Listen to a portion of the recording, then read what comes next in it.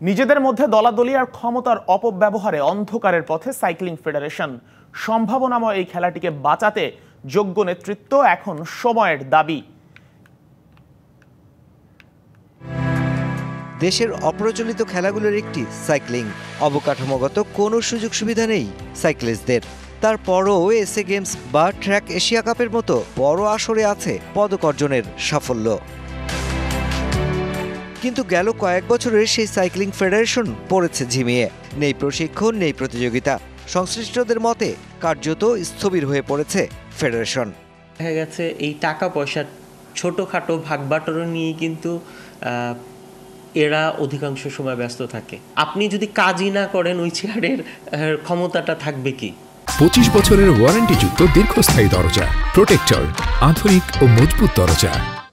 সংগঠকের ওইটা বোঝা উচিত যে সে যদি অনেক কাজ করে, খেলাটাকে অনেক বেশি পপুলার করতে পারে, সে কিন্তু বাই ডিফল্ট একটা রেসপেক্ট পাবে। এই কমিটিটাতে 5 জন সাইক্লিস্ট এবং বাকি সবাই হচ্ছে নন সাইক্লিস্ট এবং পলিটিক্যাল বিভিন্ন অ্যাঙ্গেল থেকে তারা এসছেন। যে অর্জনটা আমাদের গত 18-19-20-তে ছিল, সেই জায়গাটা থেকে আমরা অনেকটা পিছনে। সাবেকদের দাবি, বিগত কমিটির মেয়াদকালে নিজেদের মধ্যে অন্তর্দ্বন্দ্ব, ক্ষমতার অপব্যবহার আর আর্থিক অনিয়ম উঠেছিল চরমে। ফলে সাইক্লিংয়ের উন্নয়নে মূল কাজটাই পিছিয়েছে দিনের পর দিন। তাই সংশ্লিষ্টরা বলছেন, সাইক্লিংকে এগিয়ে নিতে এখন সময় ডাইনামিক ফেডারেশন গড়ার। এখন যারা সার্চ কমিটিতে আছেন ওনারা প্রত্যেকে অত্যন্ত অভিজ্ঞ এবং খেলাটাকে, স্পোর্টস লাভার, খেলাটাকে খুব কাছের থেকে দেখেছেন। নিশ্চয়ই ওনারা ফিল করবেন যে কোথায় কী ধরনের সংগঠককে ওনারা রিকমেন্ডেশন করবেন।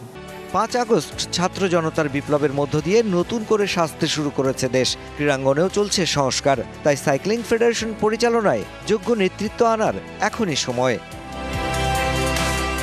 Mushfiqur Rahman, DBC news, Dhaka.